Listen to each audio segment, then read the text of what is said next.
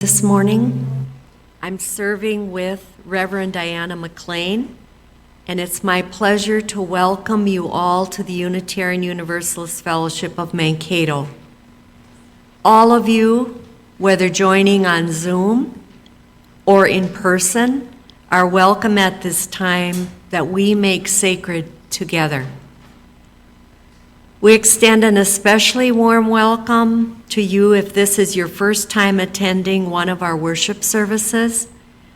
We know and appreciate that it can be difficult to cross the threshold of a new church for the first time, whether in person or online. As a Unitarian Universalist Fellowship, we humbly acknowledge that before European colonization, the Dakota people were stewards of the land on which our fellowship building sits. They teach us that the land does not belong to any of us, though it holds the history of our conflicts and our attempts at reconciliation. We commit to an ongoing and intentional journey of humble connection with Indigenous peoples, characterized by understanding our shared history, accepting responsibility for restoration, and building relationships in the here and now. Thus, we seek to be good relatives. In keeping with this commitment, our board voted recently to make a donation to the Minnesota Makoche Honor Tax to contribute financially to the Dakota people of this area. Sunday morning is a team effort, and I'm grateful to all who have been willing to serve this morning. Our pianist is Nancy Cramblett. The director of Children's Faith Development, Macy Forsyth, will share a story for all ages. Children's Chapel will be led by Deb Fitzloff, and nursery care is provided by staff member Alexander Cincinnati. Thanks to our worship technology person, Kat Clements, and sound assistant, Andy Roberts, and thanks to Denny Cramblett for taking care of hearing assistance. Thank you to our greeters, Dick and Tricia Nino. If you are new to the fellowship, we are grateful that you are attending with us this morning, expanding the we who is us.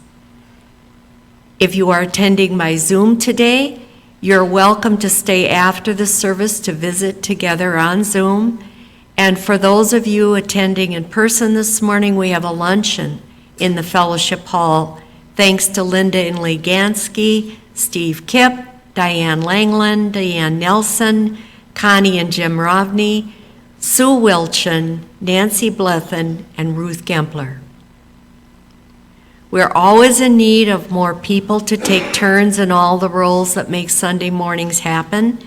We're especially in need of people to take turns assisting Kat with the sound system during worship. There are many other opportunities as well. And you'll find a way to volunteer in the entryway. There's a clipboard on the hutch for you to sign up, or you can also still sign up on Sign Up Genius through our website. We have a few additional announcements this morning. Stewardship packets were mailed out a few weeks ago, and our goal was to have as many pledge commitments as possible received by today.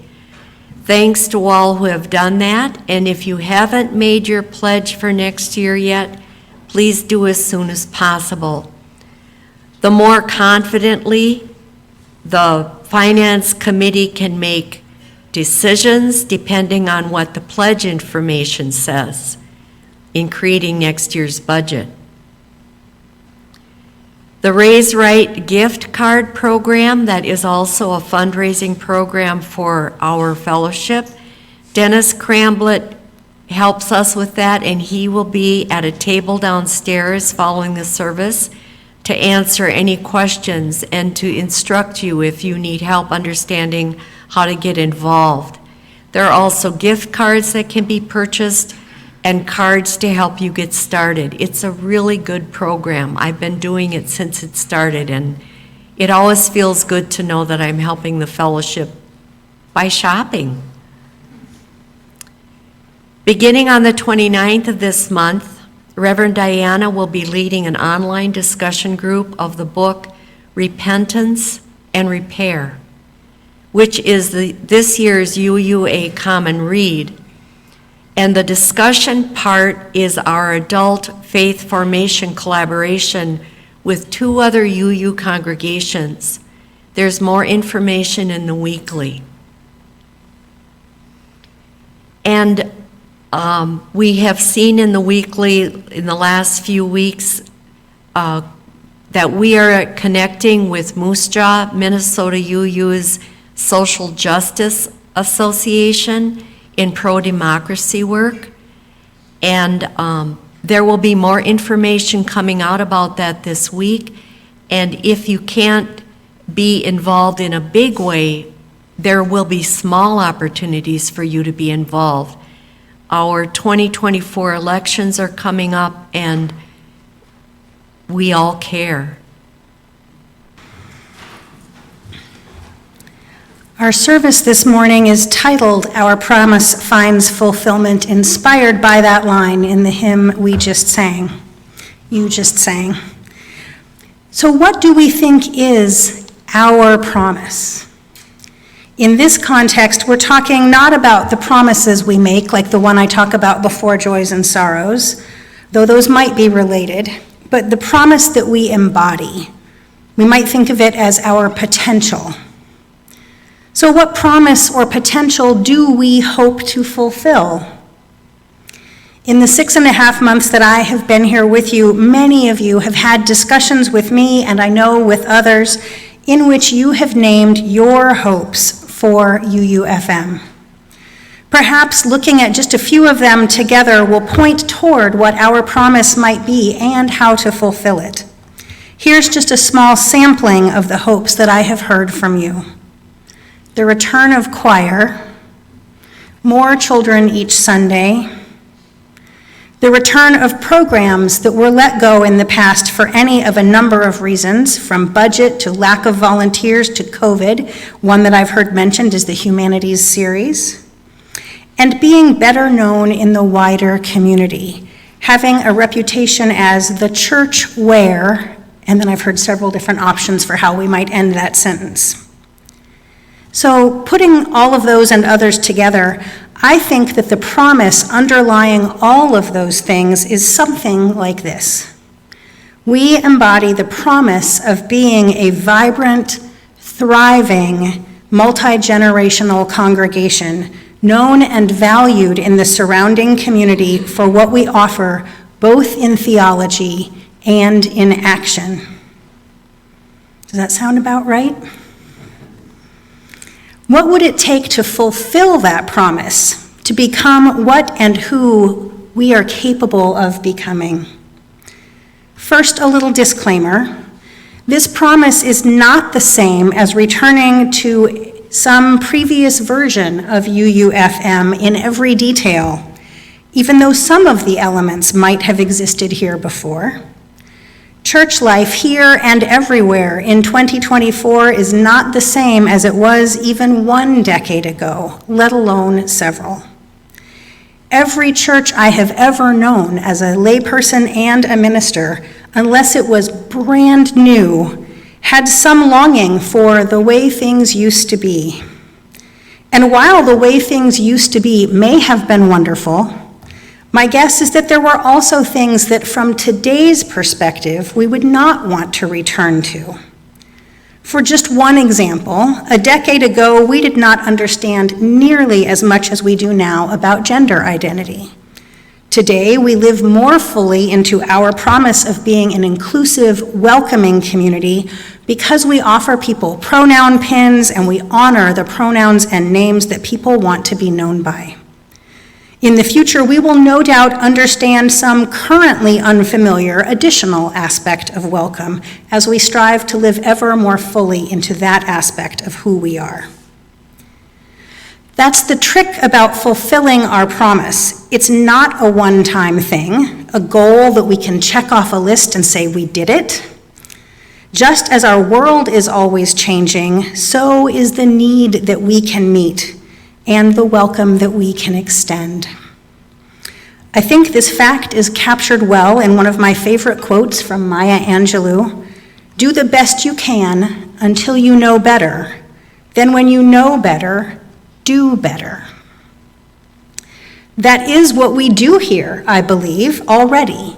As we learn new things, we move toward fulfilling our promise even more fully. So what will it take in the short-term future to live into that potential? It won't just take money, but it will take money. This is, after all, stewardship season. Some of the ways that the board and I together envision living into our promise with next year's budget include things you've already heard from Sarah earlier, but I'm going to hit on some of them again. Hiring a choir director to bring monthly choir anthems back into our worship life, and the joy of choir participation back into the lives of the singers among us. Responding to the desire that leadership has heard for UUFM to have a full-time minister, preferably living in Mankato. Putting the commitments of our land acknowledgement into action by adding a budget line for an annual contribution to the Minnesota Wacoche Honor Tax, a way of making reparations to our Dakota neighbors for the theft of their land, as opposed to it being a one-off donation. A sermon series subscription that will allow us to occasionally benefit from a recorded sermon by regional and national leaders in Unitarian Universalism, giving us high-quality worship and a diversity of speakers when the minister is not in the pulpit. And as Sarah described, the possibility of increasing the hours of our wonderful staff so that they can do even more for us with their skills. One of the ongoing challenges that we face regularly is getting volunteers for a wide variety of roles. As is common in churches everywhere, there are more desires for things we could be doing than there are volunteers willing to make them happen.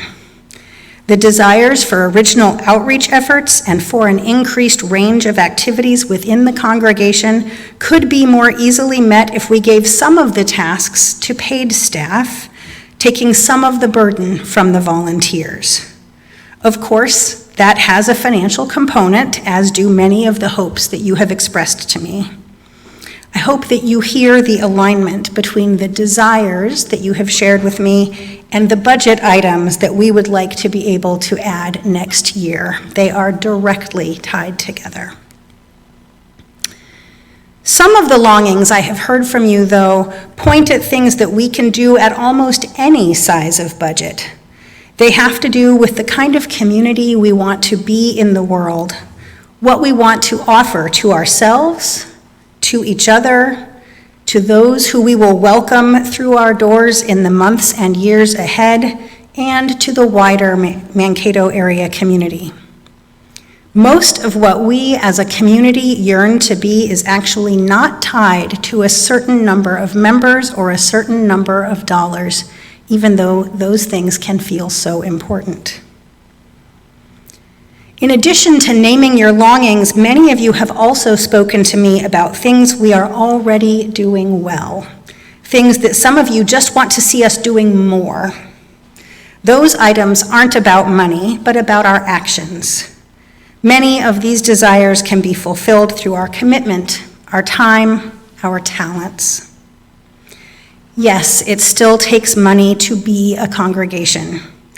We have to pay the mortgage and utilities. We pay a cleaning service and a payroll service, and I'm sure there are other bills that I am not thinking of in this particular moment.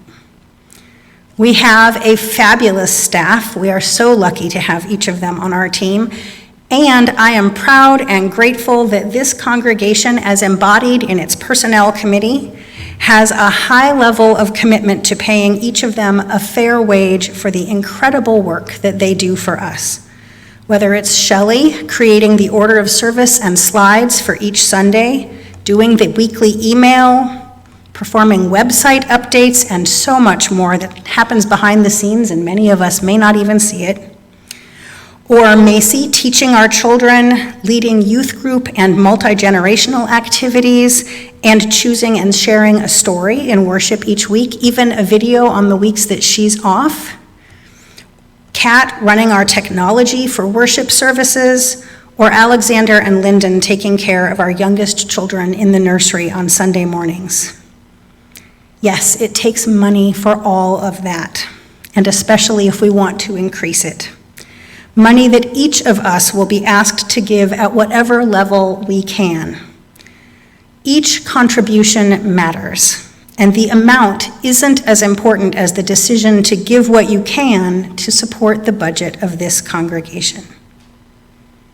But to be the congregation we aspire to be, it takes more than financial contributions.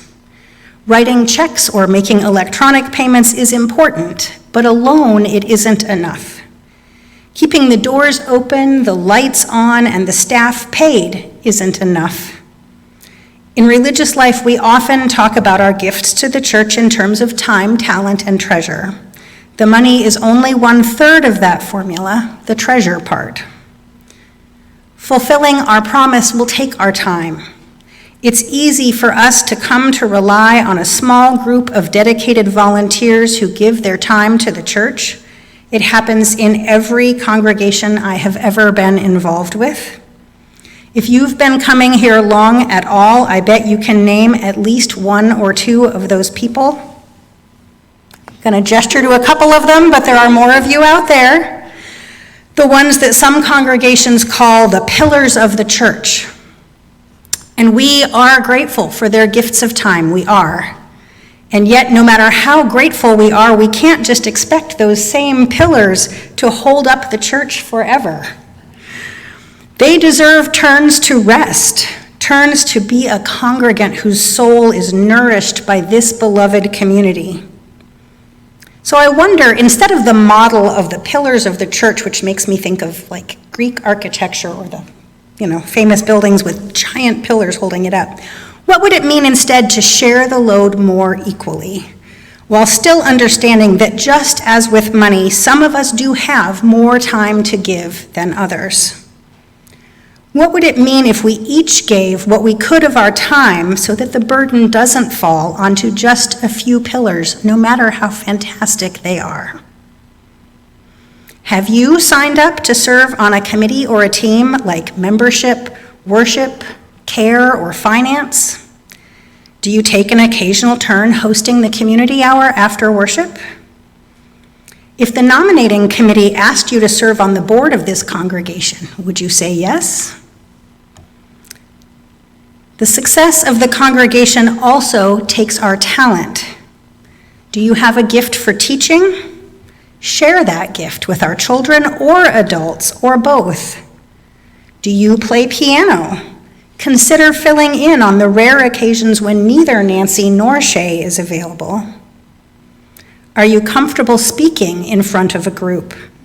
Consider leading worship on one of my Sundays out of the pulpit, or attend the worship training that I'll be offering in April for worship associates and others interested in being part of worship in a variety of ways. Think about what your talents are, and your passions as well as your talents, and how those might be put to work to serve this congregation. What isn't listed in that time, talent, and treasure formula that we hear so often is heart. It takes heart to be the congregation we want to be. When people walk into this building for the first time, they should be able to feel our love for this place and for each other. They should be able to sense that we are here out of joy, not duty, that our hearts are in it. And I believe they can. Like David in the David and Goliath story, we may be small, but we are no less capable of being mighty, of creating change in the world beyond our walls. When I think of small changes and what difference they can add up to make, the story I always come back to is this one, which may be familiar to some of you. It's adapted from Lauren Isley's The Star Thrower.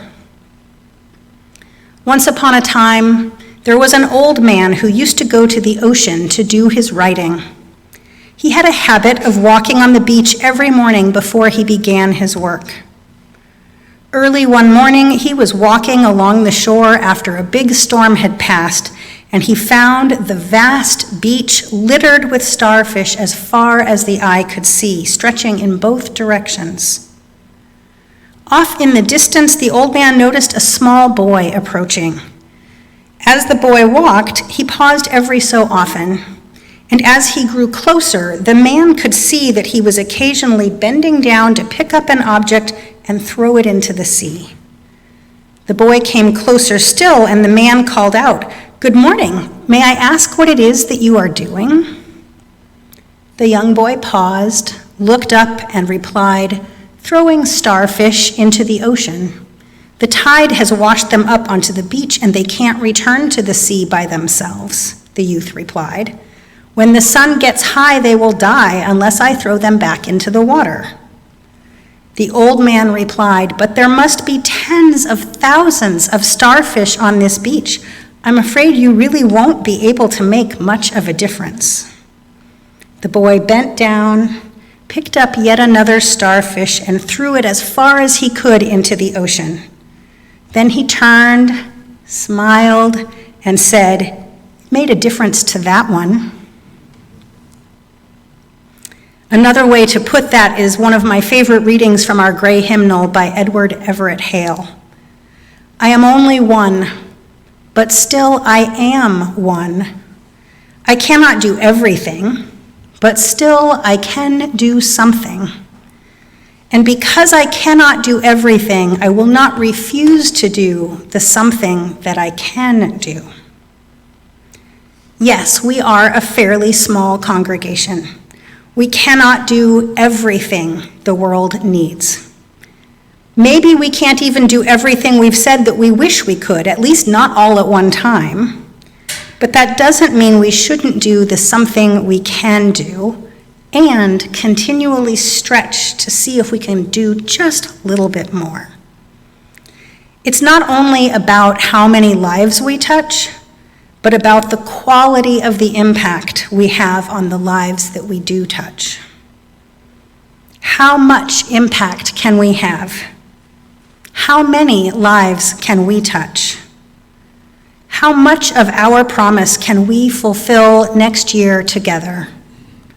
What can you give to make that happen?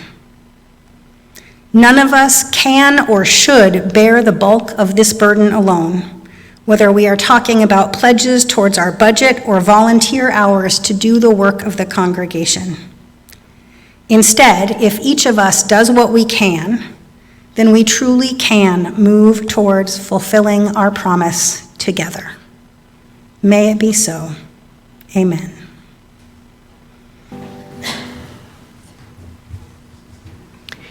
As Reverend Diana extinguishes the sanctuary chalice, please extinguish your chalice at home and say the words with me from the pew cards. We extinguish this flame, but not the light of truth, the warmth of community, or the fire of commitment. These we carry in our hearts until we are together again.